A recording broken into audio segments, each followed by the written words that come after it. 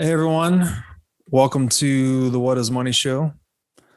I am sitting down with Mr. Preston Pysh today, and we're going to be diving into the Pysh series, where our aim is to externalize Mr. Pysh's mind for the world, specifically related to two books, which kind of two avenues of thought that Preston and I discussed prior to the show. I read them. I know Preston had read them previously, and then we've kind of gone back and forth about really what these books are, and then we're hoping to just dive into them and get to the gist of what's going on. So the two books are The Brain by David Eagleman and The Seat of the Soul by Gary Zukav. So Preston, welcome to the show. Thank you for being here. Maybe we could just start out talking about those two books and why we chose them. You know, when we were thinking about what we do here, my main objective was to get as cosmic as possible in this conversation. You pick good books. Oh, Lordy. Are we tying any of this into Bitcoin as we're going? You know, it's funny. I always find ways to tie things back into Bitcoin, but this is, I'm sure we will. Happens. Yeah. All right. Let's just see what the heck happens. But so maybe if you just give us a little background, like when did you read these books? When did you read The Brain? Which we're going to be focused on The Brain today. So maybe we'll just start with that one. So The Brain, the exploration of all the books that I've kind of read on The Brain came later than the Zukav, The Seat of the Soul book, which I read that, I think after I came back from my first rotation in Afghanistan. So it was more than a decade ago that I read that book. The one that Gary wrote, The Seat of the Soul. But I felt like it had a tremendous impact on me, just, morally, ethically. I don't know how to really, just foundationally. And then on The Brain, that was the David Eagleman book was not one of the first books that I've read. There's another book that I read that I really like. It's called Consciousness in the Brain. It's by Stannis. I forget his last name, but just fantastic book. One of the earlier ones that I read on The Brain, and just kind of was fascinating to me. But the reason I kind of went down this path of trying to study and learn as much about the brain as possible is because in investing, you're always trying to find out what your cognitive biases are. Mm. It's something that people know. I'm a hardcore like Warren Buffett, Charlie Munger fan, even though they're not the most popular guys in the Bitcoin space. In fact, I might even argue they're hated in the Bitcoin space. I have a lot of respect for those guys. They taught me a whole lot about so many different things in life, especially when it comes to investing. And one of the things that I noticed about them, outside of just the book on the brain, is they just read like maniacs. Mm-hmm. I was at a shareholders meeting one year, and they were talking about their two replacements that are going to replace them there at Berkshire.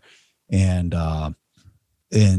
a person asked, how did you select these people? Like, out of all these investors on the planet that would die to come in and be your replacement to you and Charlie, how did you select these two? And Warren's response was, they were the only two guys that we could find that read as many books as Charlie and I. And wow, that really stuck with me. Like, that was something that, and it's something that I already knew was super important. Like, anytime you go to the Berkshire meeting, he publishes his reading list of all the books that he read for the year. And there's probably, 30 books on the list every year at the shareholders meeting. And he has like a really short description as to why he read those books. And so he's been doing this for decades. Warren specifically, and Charlie, some might even argue Charlie might be more well-read than Warren. And so I learned that very early on, a decade ago plus, that if I wanted to be a great investor, I needed to read like a maniac. And going down that path of trying to read as many books as I can in a year, and what I shoot for is 2 to 4 per month, I would say is kind of the pace that I'm on and have been on for a decade plus. What I've learned through that experience, especially when it comes to investing, is the cognitive biases are a huge part of it. And so what I kind of came to the conclusion of it is, hey, I can read a book about cognitive biases, or however you want to pronounce that. Or I could even go a step deeper and just try to understand the mechanics of how my brain works at a fundamental level. And maybe that actually might help me understand why we have these, this conditioning that kind of happens in your brain that leads you to make cognitive mistakes. And so that kind of led me on this really kind of fascination of like, how does the brain work? How does it get wired? How do you condition it? And so yeah, this first book that we're going to talk about today, in my opinion, David Eagleman is probably one of the best authors for a book on the brain, because he makes it just so accessible. And I'm sure you kind of agreed after reading this book. He makes it really kind of easy to understand without getting bogged down into all the difficult terminology and kind of all that stuff. So that's why I thought this was a great book. Agreed completely. He made it very simple, very accessible. I thought the book was very readable. It was just not, you would expect a neuroscience book to maybe be a little dense, but it's not that at all. It was just very easy read, but teaching a lot along the way. So it's really good. I'm going to hold up the book here so people can see which one there it is. Talking about The Brain, here. The Story of You. Because he has a bunch of books out there on the brain. And I would tell you this is the best overarching, just general purpose kind of introduction to it. Yeah. And admittedly, I haven't actually read that much about the brain or neuroscience or cognitive science. I've read some about psychology, but this is more focused on the brain itself. It's neural architecture, which I found it was new to me. And I, like you, I'm a big fan of reading as well. I've kind of been a lifelong reader, but I've gone in spurts. Well, I will read 30 to 50 books a year, like kind of the pace you're on now. And then I'll back off for some time. But the past, I think 5 years, especially getting into Bitcoin, it's really accelerated. So I'm on the book a week course right now. And my reading list is longer than ever. It just keeps going. And it's so important to pay attention to the recommendations of people who are heavy readers. Like, and I don't mean to sound like a snob, but like I have people come up to me and give me a book recommendation all the time. Yeah. And not to sound like a jerk, but like my response is, how many books a year do you read? And if they say, 1 or 2 or 3 or whatever, I don't really put too much credence in the book recommendation. Right. Because it's probably just something that they kind of enjoyed and they read it. And so like, here it is. But like, if you talk to somebody, like a person I really respect with book recommendations is Jeff Booth, obviously. Yeah. We just did a segment with him. We share book recommendations back and forth all the time because I know he's filtered through hundreds of books. And so if he tells me this one was really influential, it's kind of important for me to kind of pay attention to. Yeah. There's a lot more signal if someone's been through a lot of books. Yeah. And what I find so fascinating about reading, and this book gets into that actually, is it's a way of self-programming. We're actually consciously deciding who we're going to become tomorrow, right? Like you said, you can read a book on cognitive biases or whatever, and you will just be better about not giving into those cognitive biases tomorrow or next year, or whenever that new you takes shape. And I agree too on the book recommendations. The other, as far as taking it from people that read a lot, the other little trick I use is I tend to be a little more biased towards the classics. I guess it's sort of a Lindy effect thing. If a book's, very still popular after 20 years plus, that tends to give it a little more credence in my book, so to speak. So maybe with that background in mind, maybe we'll just jump in. And I just mentioned this concept of self-programming through reading. And that's actually how he describes the brain itself early on in the book. And I'll just read a little bit here. It says, quote, in a sense, the process of becoming who you are is defined by carving back the possibilities that were already present. You become who you are, not because of what grows in your brain, but because of what is removed, unquote. So it's as if we start, the brain, has a lot of neuroplasticity when you're young, which just means it's got a lot of potentiality, can go any direction. But then learning is actually kind of the carving back of that potential and specializing it towards some specific aim based on your training or reading or whatever it is you've devoted yourself towards. Which is, yeah. Like, how did you see that? It's almost like the brain is a map of your experience in a way. So this idea that you're talking about, honestly, is probably one of the most profound insights that I would say I've learned in the last 10 years, is this idea of programming yourself. And, Tony Robbins learned from a guy named Jim Rohn. And Jim Rohn was really big on this idea of programming yourself and programming your subconscious. And I don't know that they would necessarily describe it that way, but in another fantastic example of this is there's a book called Think and Grow Rich, which is a major best-selling book. A lot of people don't realize that the book was actually a series of books written by Carnegie. I'm sorry, not by Carnegie. Carnegie was the influencer who actually opened the doors to like 500 influencers of their times to the writer of Think and Grow Rich, and that was actually a summarized book that was kind of like an executive summary of the series. And this was Napoleon Hill, I think. Yeah, Napoleon Hill. And what's fascinating about this is it really gets at the idea of what you're talking about, which is programming yourself. And in that book, in Think and Grow Rich, he talks about this idea that every night before you go to bed, you read this list of things that you're going to accomplish. It's not like you think you're going to accomplish it. You tell yourself you are going to accomplish it. And you're basically telling your subconscious that this is what you are going to do, almost like you're writing a script for a program, a programming script.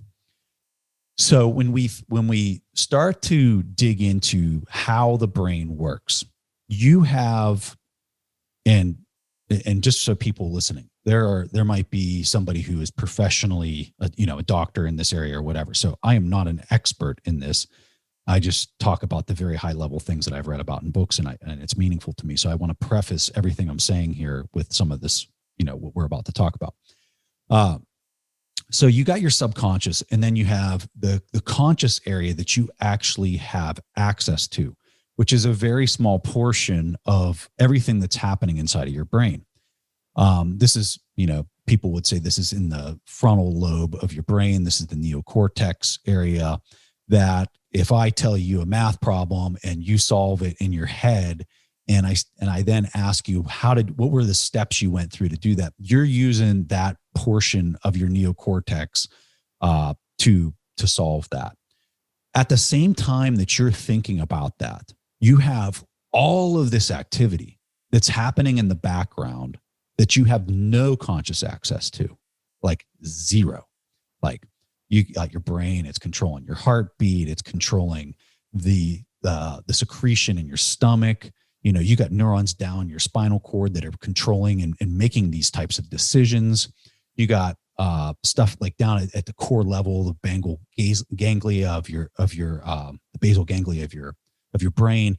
It's controlling this flight or flight, the threats that you're feeling and how you're emotionally reacting. Like all of those things are happening all at the same time inside your brain, and it's making all these decisions. Like you're looking at me right now, and your visual field is processing whether there's an anomaly happening or not, And your subconscious is not flowing anything up into your neocortex to say, hey, there's some weird person standing behind Preston right now. Like, that filtering process is happening in the background. It's happening naturally, and it's going up into your thalamus, and it's not passing through a filter to trigger you to come off of whatever it is you're thinking about right now, right?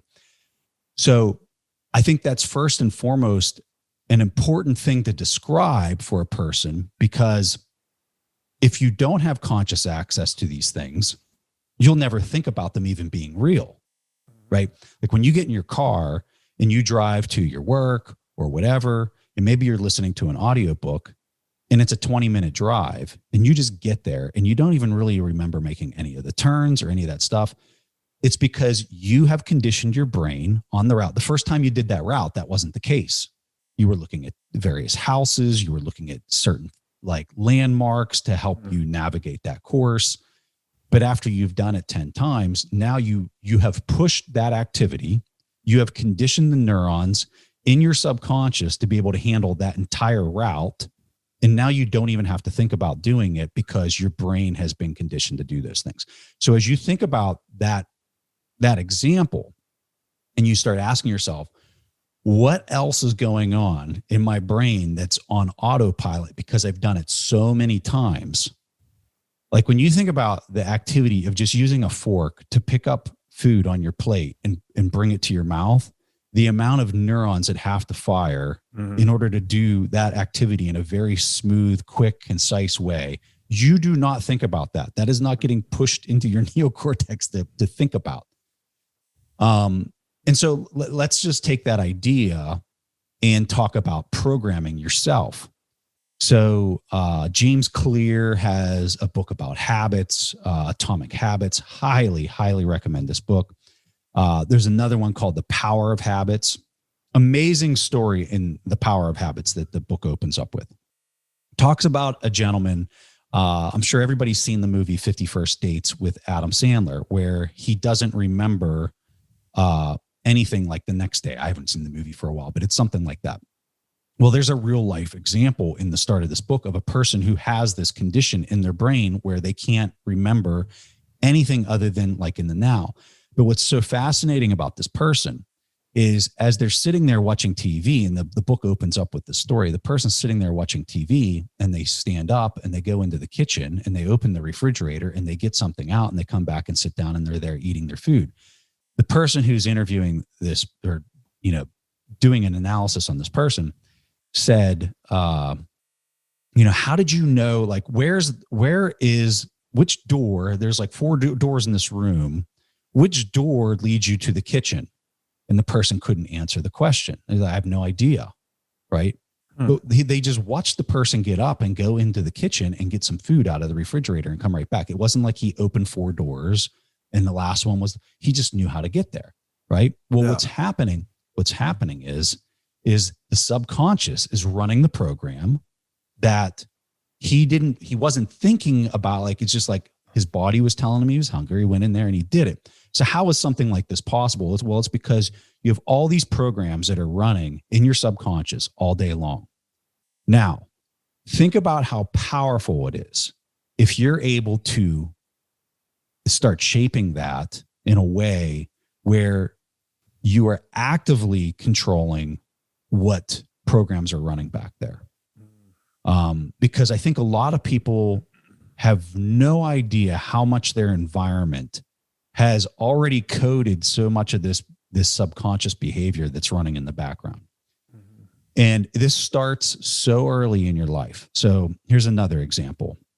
If you watch a young child, like age 3, 4 years old, okay, and let's say that there's a snake in the backyard, and let's say that you as the parent are deathly scared of snakes, okay, this is what you'll see the child do.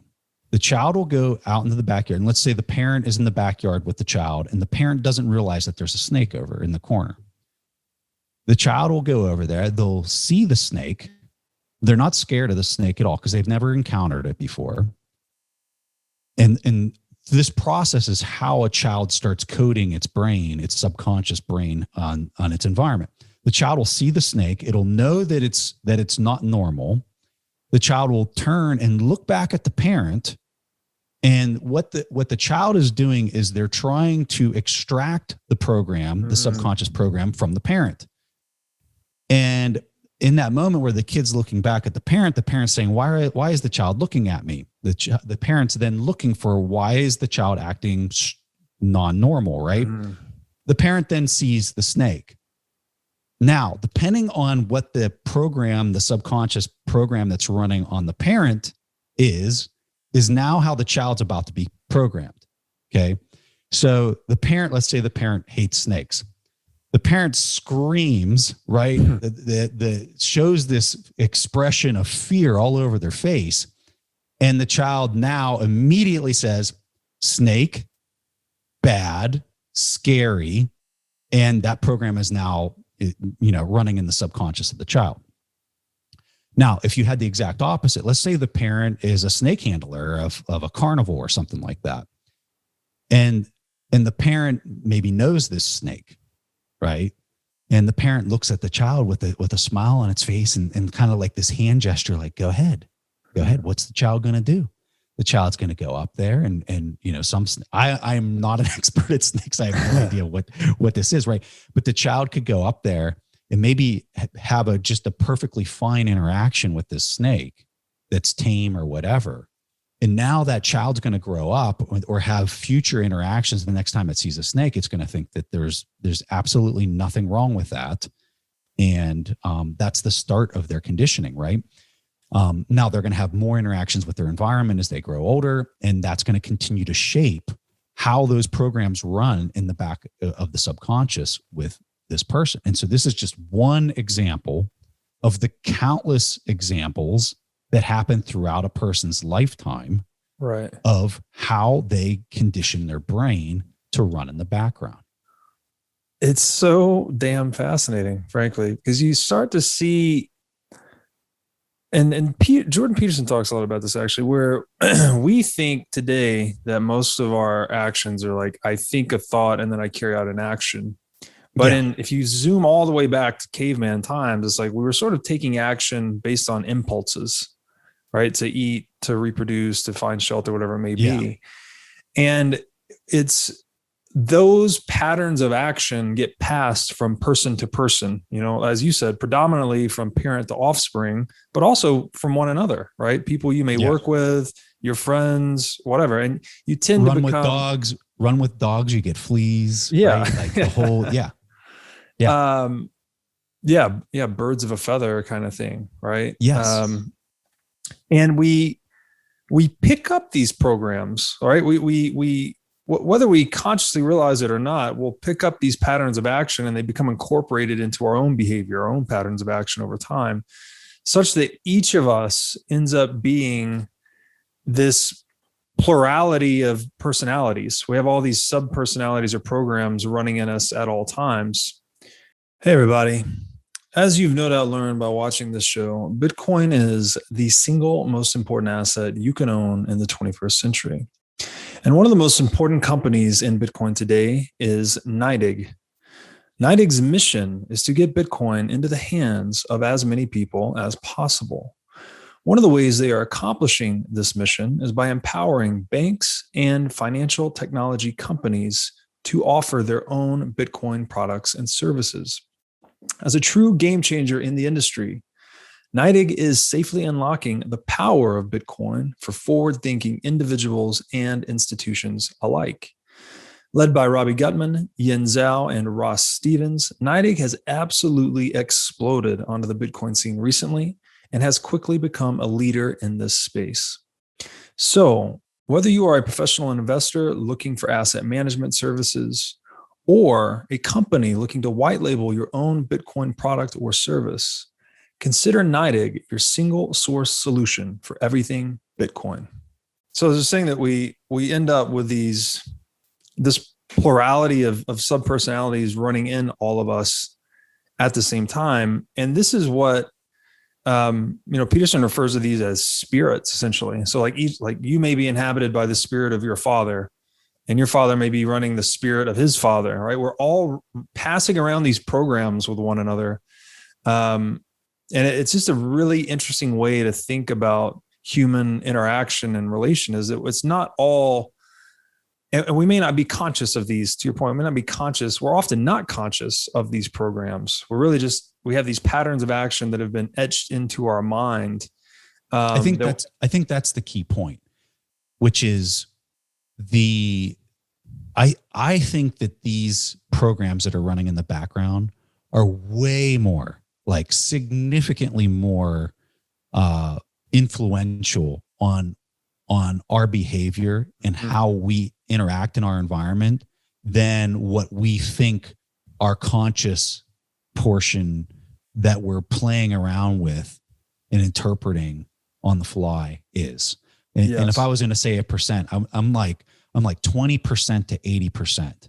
Yeah. Right. I think it is so much more powerful than people realize. And even if, there's no way to know the percent, whatever it is, I would tell people listening to this to really don't take your subconscious for granted or underestimate how powerful it is. Yes. Explore what that might be. I think what you're going to find is just kind of fascinating and maybe even a little concerning for how powerful it is. This calls to mind too that I think it was a Tim Ferriss quote where he said, "You are the average of the 5 people you spend the most time with." Yeah. So we have to be selective, about what patterns we are adopting. Yeah.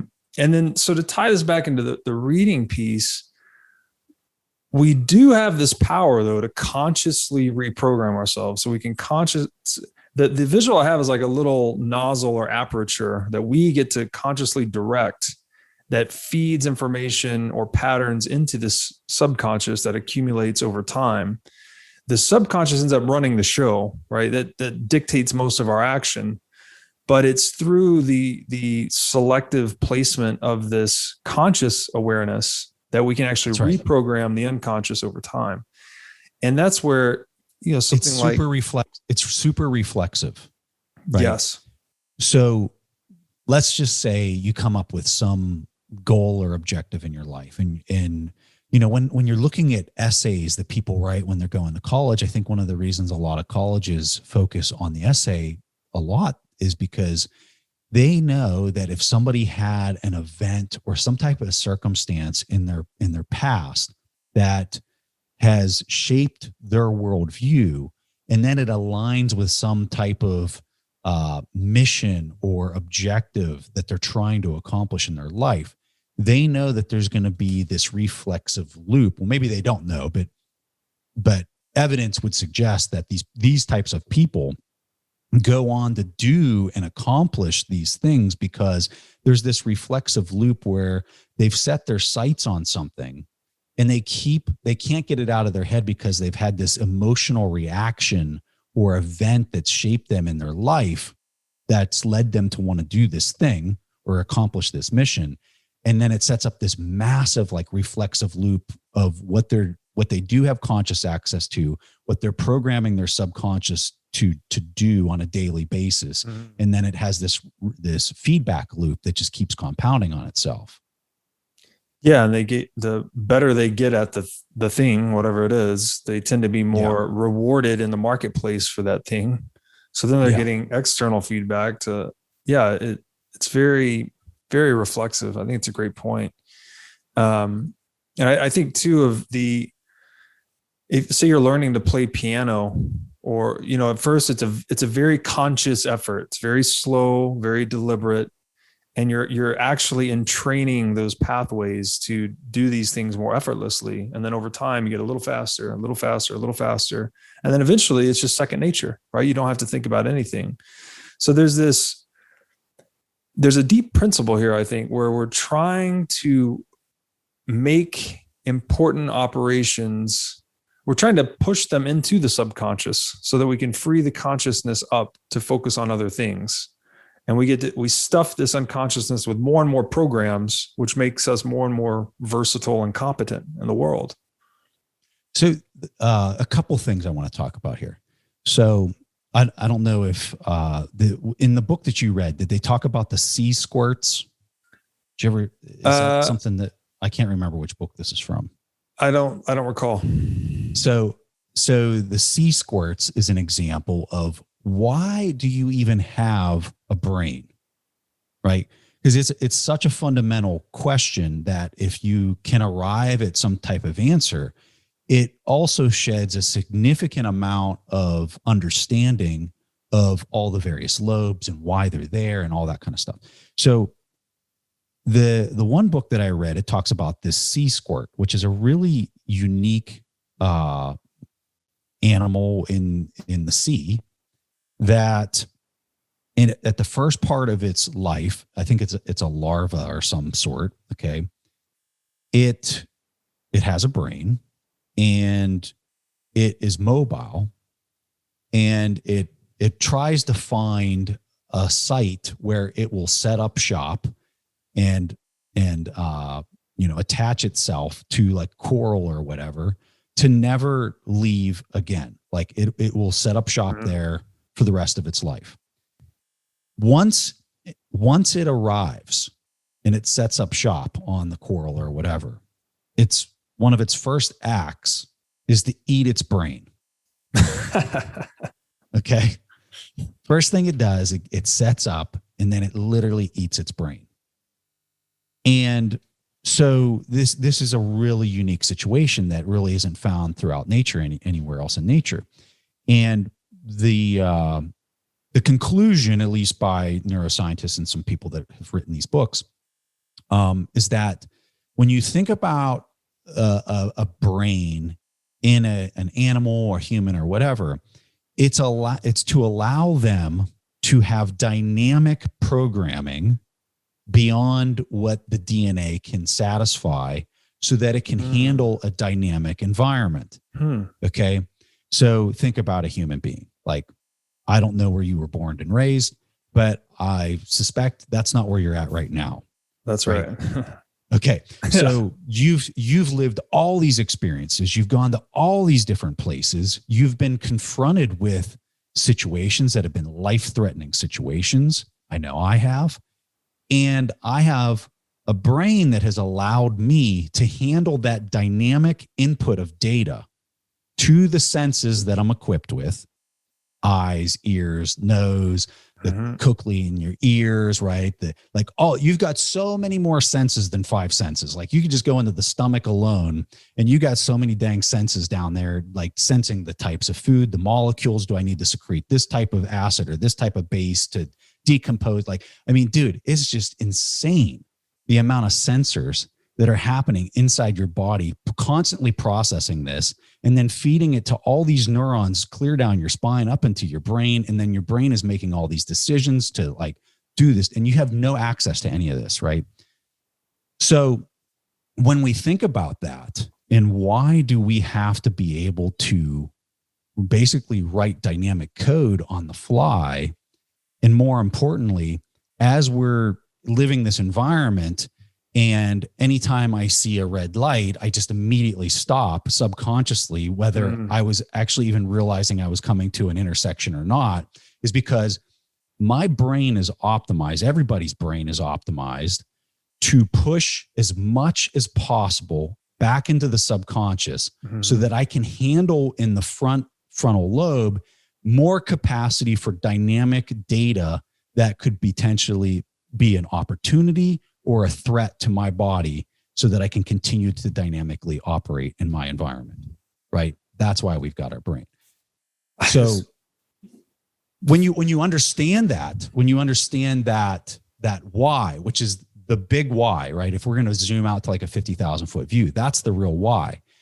You can understand how a person is equipped now to make mistakes, because in this process of trying to push everything and anything into the subconscious so that it can just dynamically do those tasks while you're trying to do the new stuff that's constantly coming through your environment feed, you can understand why a person might see something like a perfect example. I'm sure many people have seen this YouTube video where they make you count the passes of the basketball. Have you ever seen this? The selective attention experiment. The selective attention, right? And so a person is watching that and they don't see that there's a gorilla that's walking right in the background of the video feed.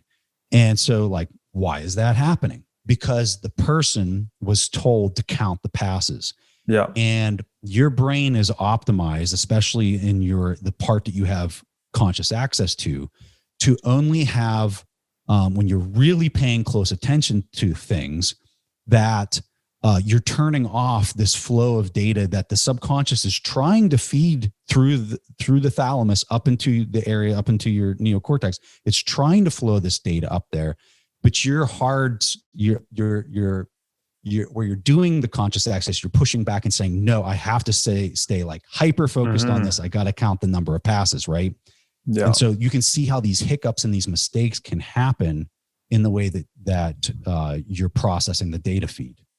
And that is precisely where incentives determine not only what we're looking at, but also what we see, right? Yeah.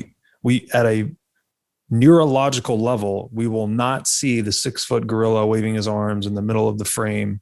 If you haven't seen the video on YouTube, it's incredible. Yeah, people need to look it up. Yeah. Yeah. And it's an experiment that's been repeated several times. So it's fascinating that we think, the intuition would be like, wherever I look, I'll see everything in my frame, but it is in fact heavily contingent on the goal, right? The goal that you're seeking, I guess. Your goals actually determine what you see in the world.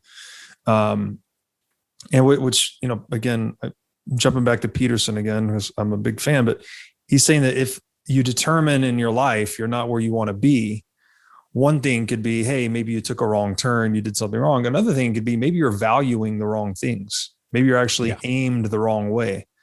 You've got the wrong goals in life. That can also create, that can cause you to get lost, let's say, or not be perceiving the world correctly. And a great test for what you just described is ask yourself why 5 times. So if you say, and I've used this example, I think, on a couple other shows, and this is a big Jim Rohn example. He says, you're on a boat and you're sailing it to a destination, right? And a lot of people get confused by the wind, which they have zero control over, and whether that's their controls, whether they're controlling the rudder or adjusting the sail. Those are the 2 things you control. You don't have any control over the wind. So if the wind's blowing directly in your face, but your mission and your goal is to sail directly into the wind, you can do it if you attack into the wind. You can attack into the wind. But most people, well, not most, but a lot of people, what they'll do is they'll say, this is impossible. The wind's blowing in the exact opposite direction of where I'm trying to go. Right. Yeah. And therefore I give up. I can't do this. So if you're trying to make a business and you hit a roadblock, right? Some people say, I give up. Other people start frantically looking around on the boat like, all right, well, I can't control the dang wind. So what is it that I do control? Here's this rudder. Let me move that thing around. Okay. Here's the sail. And then they naturally figure out, if they go at a 45-degree angle of the wind and then zigzag towards the destination, they can actually sail straight into the wind. Right. Yes. So now here's what you were getting at with your point. And this is why I'm saying, ask yourself why 5 times, because you might have set your destination sailing straight into the wind, and you arrive at the destination only to say, why the hell did I sail here? Right. I just spent the last 5 years of my life sailing here to this island that there's nothing on, there's no food, there's no nothing. Right. But I did it. But why did I do it? So, if somebody's listening to this, here's a common goal that, in my opinion, is pretty meaningless if you're not asking yourself why 5 times. I want to make $1 million, right? Mm-hmm. Okay. Well, why? Why do you want to make $1 million? Now, when you have to come up with the answer to that question, well, I want to be financially independent. Well, why? Why do you want to be financial? Because then I can go off and go do something like whatever, right? Now, if the why at the end of that is because I really want to spend more time with my family so that I can help them, and it's something that is giving to another person, it's probably going to be something worth your time. And then when you arrive at the destination, you're going to feel pretty dang good that that was the milestone that you were trying to achieve. But if it ends with you serving yourself, right, at the end of those 5 whys, because I want people to love me, or I want influence, or I want this or that. And it's like self-serving crap. Like, you're going to end up probably being insanely dissatisfied with that whole process that you just went to arrive at the destination. Yeah. And this, I would argue this is where wisdom traditions, religion, mythology often point, because like science can never tell us what we should do. It can tell us, it can describe what is, but in terms of setting our values and setting our aims, that's left to this other domain. If you engage in pursuits that are intended to self-satisfy, that's what sin is, right? If we lay out, gluttony, greed, sloth, wrath, lust, greed, envy, pride, whatever they are, they're all selfish behaviors at the end of the day, and they're inherently meaningless. So they're consuming of energy. Yes. Right. At the core level, it's consumption of the environment's energy. Right. And then the other is supplying energy to the environment. Yeah. Helping people somehow, right? Creating something valuable. Yeah. That's right. Yeah. It's a great way to look at it. There's this quote, I'm going to just paraphrase it. I think it's Alfred North Whitehead. I think this is very pertinent. So we're describing this conscious pursuit to move programs into the unconscious so that we can free up our conscious aim to focus on other things to learn. And I think there's a parallel. My thought on reality is that it's fractal, right? It's kind of self-similar at multiple layers. And I think that civilization is sort of a fractal of the individual mind. And so his quote is that, and I'm going to paraphrase here, it's common to think that society advances by thinking before acting, but the precise opposite is true. That civilization advances by being able to perform more important actions without having to think about them. Yeah. So this is what institutions are, for instance, right? There's an important operation that needs to take place. Maybe it's a bank, right? You need someone to hold your money, because if it's gold, it's not informational. And you need to store that operation in a trusted pattern of action, embodied in ritual and legal structure that allows you to accomplish that aim without having to reinvent the wheel every time. So it's almost like we could say maybe institutional forms in the world are kind of the externalized form of the unconscious. And if you go before that, we're talking about an economic institution in that case. Prior to the industrial age, let's say, that tended to be more like mythology, where people didn't know how to act in the world. So you consulted the collective unconscious, which was your wisdom tradition or your religion. So I wonder if that's a real interesting parallel to me, is that we individually are trying to do more things without having to think about them. And then us collectively, we're also trying to do more important things without having to think about them. And that is in fact how we advance. We become more productive in that pursuit. Totally agree. And what I would tell you is, you were talking about zooming out. If you would zoom in and then go into the biology of how a cell just processes the flow of materials that comes through the bloodstream, and how your transport proteins on the outer membrane of your cell allows nutrients to come in, and the processed nutrients to go back out. And then you look at how it signals these proteins to then unwrap themselves. The histones unwrap the DNA so that a transcription protein can then run down the DNA and cut off, the code to then take to a ribosome and pump it through so that it can then manufacture a protein. Like when you look at this whole process, it's exactly what you just described at the macro level, but it's happening at the mini microscopic level inside of the billions of cells inside one person's body all day long. Yeah. Yeah. It's just mind blowing. It is absolutely mind blowing. I've seen YouTube videos about this where they're tiny molecular machines, effectively. There's just a few molecules, but it looks like a robot. It looks like someone built this very intelligent robot, splicing and dicing DNA and doing all types of things.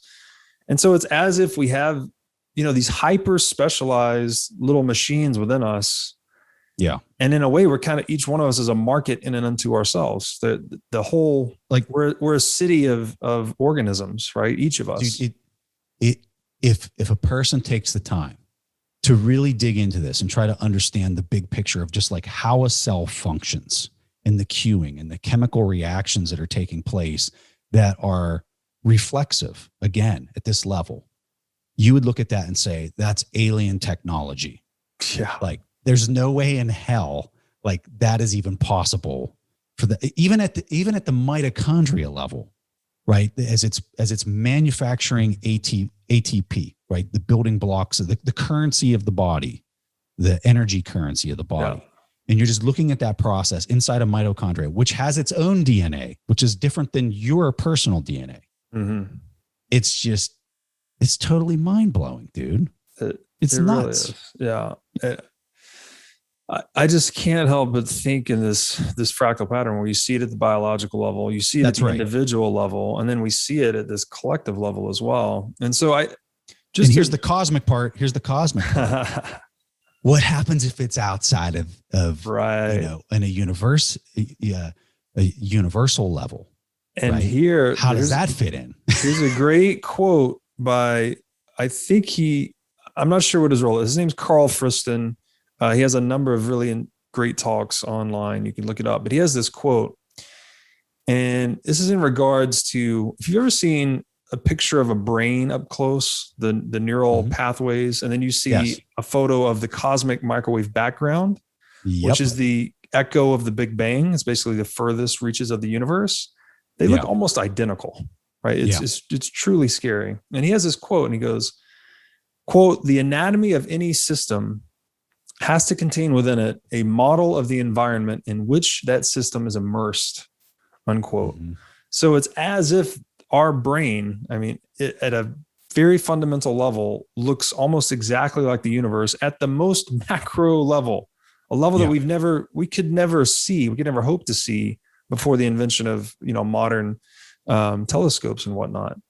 Yeah. So there's a deep connection here. It's like this, I don't know what you call it, a fractal pattern just sort of bubbling and repeating itself. And we are a part of it. We are part of that pattern. Yes. You could look at every human being on the planet and almost treat them like one neuron in the brain. And so like when you look at Google and you see what people are searching for and you're looking at all those things, it's like one giant brain activity. And here's where I could throw in the Bitcoin thing. When you study the brain, you know that there's this biological value process that's taking place in order to code the various nodes in the brain in order to have a normally functioning human being.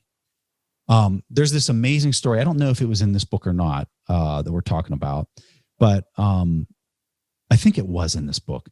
But there was a gentleman out in the West in the United States who was a stand-up individual.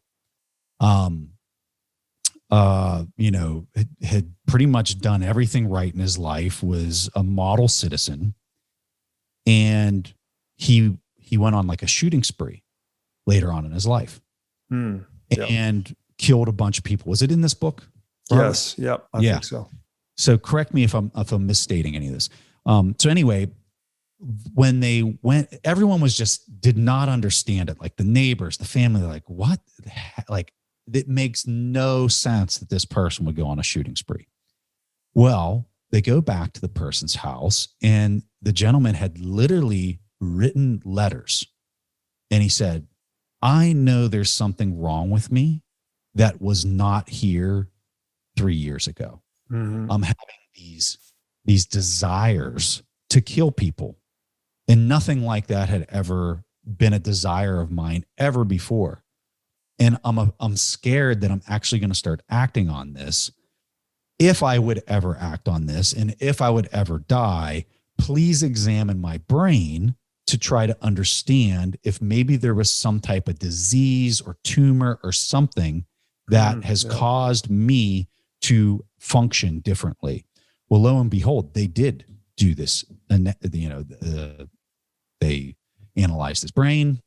He was killed, I believe, in the shooting that took place, and there was a tumor in the section of his brain that would cause a person to have poor signaling and chemical reactions and how their biological value is being managed. Mm-hmm. And so for me, I'm reading this and I'm thinking to myself, how many other people on this planet right now do I pass? And maybe they're a little bit different. Maybe they're a little strange or whatever, or maybe they're just somebody just begging for money on the street. And I walk past that person in the past and I would say, what a bum, right? Mm-hmm. What a loser. That person they don't deserve my money, right? And I'm not saying that people need to go out there and start incentivizing, this type of giving money to people. I'm not saying any of that. I guess all I'm saying is like, people need to have some empathy, because I really think that at a fundamental level, there's a lot of people out there that probably do have some terrible biological value signaling that's happening inside their brains that's not allowing them to make maybe as sound of decisions as the people that might be listening to this conversation. And it just makes you think about yourself, like, hey, maybe the reason I'm more emotional or I have no emotion or whatever is actually in the biological piece of how your lobes had developed as a kid, combined with the environmental factors that conditioned you to be the way you are. And I think the whole thing for me as I was studying all this was just like, you just have a much deeper empathy for other people and just maybe a little bit more patience with other people that are around you. Yeah, agreed completely. And it gets very murky between the nature and the nurture, right? Because it's like what you experienced as a child could have reformed your architecture in a certain way that sent you down a certain path or gave you a certain predilection. And yeah, I don't know. For me, it makes it more and more difficult to try and disentangle these things. It's like everything is connected. Ultimately, talk about getting cosmic. I mean, that's kind of what a lot of philosophies of old would say, that everything is mind or everything is connected. There's some unity beneath the surface here. And I think modern neuroscience, at least in this book, starts to get at that. And so think about it, Robert. Like if like we said earlier, that the 5 people that you hang out with are the ones that you're going to most likely become like. Well, all those people have experienced an environment that has coded their brain to act in a certain way. And then I am interacting with that other person, and part of my coding is now becoming part of their coding. And my goals and objectives are somewhat becoming their goals and objectives. I mean, you see this with any teen that goes off to college and they come back after year one and they're like a completely different person because they're getting coded by other kids that have very different mindsets, goals. They're not in the house anymore. Like, it's key to the maturation process too, right? For the kid to separate from the parents and start to, I guess, assimilate these new patterns and programs. And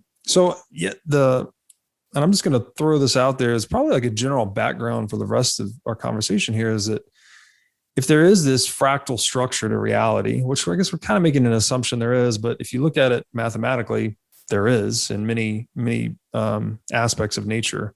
And for people that aren't familiar with that word, I would say fractal geometry is kind of like the geometry of nature. There's no straight lines or triangles or perfect circles in nature, or very few of these things. Nature tends to be jagged. It has this self-similar repeating pattern. And there's a lot of work done by Mandelbrot on this, who originally introduced me to fractal mathematics, which is a super interesting space. But so if that is the case, then the socioeconomic whole, the market that we are of human beings interacting and exchanging with one another, would that then mean that prices are like neurotransmitters, or maybe money is the neurotransmitter, that we're actually signaling to one another what we value in the world? So money becomes like an index for our valuations and our aims. Yes. And so when you would look at where we are today with a completely broke monetary system, like to the nth degree broke on a global scale, because there's no peg, there's no unit that is pegging labor data. That's how I look at it. Like, people are familiar with a dollar, people are familiar with a Bitcoin. It's labor data. If you have one of those, it represents stored labor that has been performed. And if I then hand that over to you, it means something. But if the value of this stored labor is diminishing at a breakneck pace, what happens is, just like in your brain, if the biological value system is off, well, now you got somebody who's, out in public and they're howling at the moon and doing these strange behaviors that don't make any sense to people that have a normally functioning biological value system that's functioning inside their brain. And that's how I view financial markets today, is if you are constantly manipulating the cost of capital down to nothing, to zero, you're saying, if I borrow money and it doesn't cost me anything to do that, that doesn't make any sense. Right. And that's what central banks have been doing by bidding the bond market and stepping in and manipulating the fixed income market. Now they're starting to manipulate just money into the hands of anybody and everybody, which further compounds the need for the fixed income market to have more quantitative easing. Like, all of those things have this reflexive loop, which involves the money just getting further and further debased. And then you talk about it being competitively done on a global scale between nation states. And you start to understand real fast, we need a lobotomy globally. And Bitcoin supplies the lobotomy. So the collective mind has become corrupted because we've poisoned the neurotransmitter or distorted the neurotransmitter, or whatever you want to call it. And so there's the yin yang thing I'm seeing in the brain here is we have conscious, unconscious control. Conscious is much more yang. It's assertive. It can go different directions. It's controllable and controlling. But the unconscious is yin. It's very, it's dark. It's mysterious. We can't access all of it.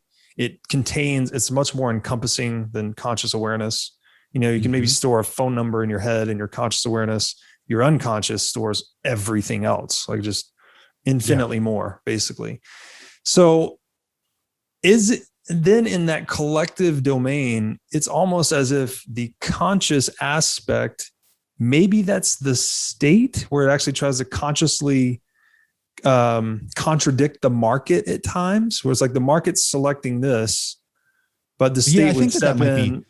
That's kind of a good example, because the state is kind of like directing the body, the human body, right? Of a collective body, of where it's trying to go. And the literal bodies, right? On a military standpoint. Yeah, I think that's probably a kind of a close parallel. And then in the background, you have all the people that are providing those signals. Now, so when you study the brain, one of the really important, the grand central station of the brain is the thalamus. And this is such a cool story. I've got to tell you this story. So there's a toilet paper test. I don't think this was in the book that you read. There's a toilet paper test where if you take two toilet paper tubes and you put them up to your eyes so that you can only see, whatever picture would be displayed in one, and you could put another picture in the other one. What they found is, let's say you take two very different pictures. One could be a picture of a house with a white background. And let's say the other picture could be of a basketball with a white background. And you put those toilet paper tubes on so that when the person's looking at these two images, all they see are those two images, but they're different images in each eye. And so what do you think the person sees when they're looking at something that has total rivalry like that? Okay. Well, if the pictures are somewhat meaningless to the person, what happens is the person will only see one of the two images. That's all they have conscious access to. So I would just see a house. That'd be it. I don't see any basketball whatsoever. It's not even there. And then like 5 seconds later, it almost seemed like somebody had changed the picture over to a basketball. And then I'll see the basketball for 5 seconds. And then it'll flip back to a house for 5 seconds. And in my brain, I am seeing both of these images. When they do imaging of the brain, what they see is that the brain is processing, the subconscious brain is actually processing both of those images simultaneously with equal magnitude. But the thalamus is only allowing one of those images to proceed forward into the neocortex where the person has conscious access. Now, this is really neat. If they take those pictures, okay, and they actually display them on like a video screen so that there's a refresh rate, like 30 frames per second or 60 frames per second, okay, and they swap out one of the frames. And I think for 30 or 60 frames per second, if they swap out one of the 60 frames, and you were looking at a screen that just was displaying, let's just say, a basketball image, and one of the 60 frames was something completely different, right? If a person looks at that screen, they cannot notice that, right? They'll just tell you, oh yeah, there's a basketball on the screen. Did you see any flash? Did you see? No, I didn't. It's just a basketball, right? That's what the person will tell you when they see something like that. So now going back to this toilet paper tube test, when they've got two different images in each eye, and they put one frame like out of 60 or 30. I can't remember if it was a 30 or 60. They swapped one frame on one image. And then the person looked at both of those images. You know what happened? The person would only see the one image. And it was the one that had the messed up frame. Okay. It wasn't oscillating back and forth between the pictures. It was just the basketball. That's all you'd continue to see, because the brain was picking up, your subconscious brain was picking up and saying, there's something off about that image on the left. And I'm going to continue to display that because it's not right. There's something wrong. And the thalamus is controlling that input and saying, I don't know why, but there's something off with this and you need to continue to see it. Okay. So now you have to ask yourself, what the hell is this thalamus that I have no control over feeding my conscious access that's happening in the background from my subconscious, when maybe I have 100 different things that are being sensed in the body right now? And what is it allowing through that bottleneck choke point to gain conscious access to? So good luck with that one. It's insane, right? I just don't. It's just fascinating to me. Is it then? It's drawing attention to the anomaly or the error. Is that right? Yes. Well, it shows you how sensitive your subconscious is. Yeah. Okay. That what you're telling yourself that you're seeing, your body as a whole, as a collective, your brain as a whole, as a collective, is processing way more than what you think you know. Period. Yeah. Right? Because that wouldn't be possible. So your subconscious knows that there's something off there, even though your conscious access would continue to tell you there's nothing different about that. This calls to mind actually the definition of intelligence I got from talking to Jeff Booth. And he said that intelligence at its most basic level is just error correction. Mm-hmm. And that we are, again, when that conscious mind is trying to perform a specific operation, it's trying to identify any errors in the process and correct them so that it passes it, I guess, back to the unconscious error free, maybe. But it sounds like the conscious and unconscious mind are working together to identify and resolve errors, which is a really interesting definition of intelligence or consciousness, because that's exactly what a market does too. A market is trying to resolve errors, right? If that's right. The classic earthquake in Chile, copper is disrupted, the price goes up. Everyone gets the signal to either use substitutes, produce more copper, or, it's resolving errors through the price signal. So here's a pet peeve of mine. You'll hear people argue about the idea of efficient market hypothesis. Okay.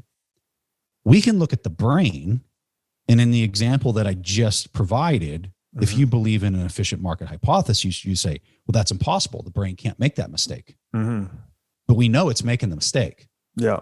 We know for a fact it's making the mistake. Right. Right. And so I would say, as we jump over to the example that you just provided, a person that's, subscribes to the efficient market hypothesis is going to say, it's impossible for the market to misprice this. Right. Well, let me tell you, and people know because I keep bringing this up, and I'm not doing it in a braggart way, but like, hey, I had an opinion before the halving happened. You and I were on 11 May talking about it, and I put my money where my mouth was. I went out and bought options and like all those things, just like a lot of other people, because my opinion was the market was not efficient and it didn't have a clue as to what the heck was about to happen. That's right. Now, we're saying that we were right? There's no way to prove that we were right definitively, because you could make the argument that it wasn't any of those factors that we were considering back then, and it was some other external factor, right? That's how a person could argue the opposite side of that. But I just don't buy the efficient market hypothesis. I think in most cases, it is very valid, but there are instances and opportunities where it is not. And those are the instances I'm looking for. Yeah, I agree completely, especially as it relates to something like Bitcoin being assimilated into the marketplace. It's just never been seen before, right? Like, had there been multiple monetization events throughout human history, maybe the market would be better at pricing in Bitcoin halvings, for instance. But when there's no corollary, that it's all the information is not priced in. It's just not possible. And I think so. The other thing that comes to mind here is that the reflexivity that you mentioned between money and mind. The money is almost an extension of the mind in a way. We're all wiring our minds together through the price signal through money, and then if we consciously corrupt the money, which is effectively what we're doing with central banking, right? We're taking by declaration of fiat, I'm going to overturn what the free market has selected or would select as money and dictate that this fiat currency is money instead of gold or Bitcoin or anything else. We are corrupting that. We're corrupting the extension of our mind. And it seems like that reverberates backwards, reflexively into our individual minds. And so this is where you get into all, the fiat food and fiat behavior and fiat business models that pervades in the modern age. Well, think about it in the biology context. If the biological valuation system in the brain is off in one area, that will have a reflexive impact on the other lobes over time. And so when people were talking about the fiat food and that kind of stuff, it just makes sense that would be what would come out of a broken monetary valuation system. It totally makes sense that the education system shouldn't cost $200,000 plus to go get a 4-year education from, a majority of classes that you could just learn online for, or on the Sailor Academy for free, right? Like it just kind of, it all starts to really kind of click together and make sense if you subscribe to the, this fundamental idea that we're talking about. Yeah. Yeah. And this is where, again, the name of the show here is the What is Money Show, because it has so many damn answers, that question, what is money? Now, if we call it an extension of our mind or a reflexive tool for the mind, these other pieces start to click together. It's like, why has the world gone so far off the rails the past 50 years? Well, maybe it's because we broke the economic neurotransmitter we call money. Yeah. And we're just lost now. So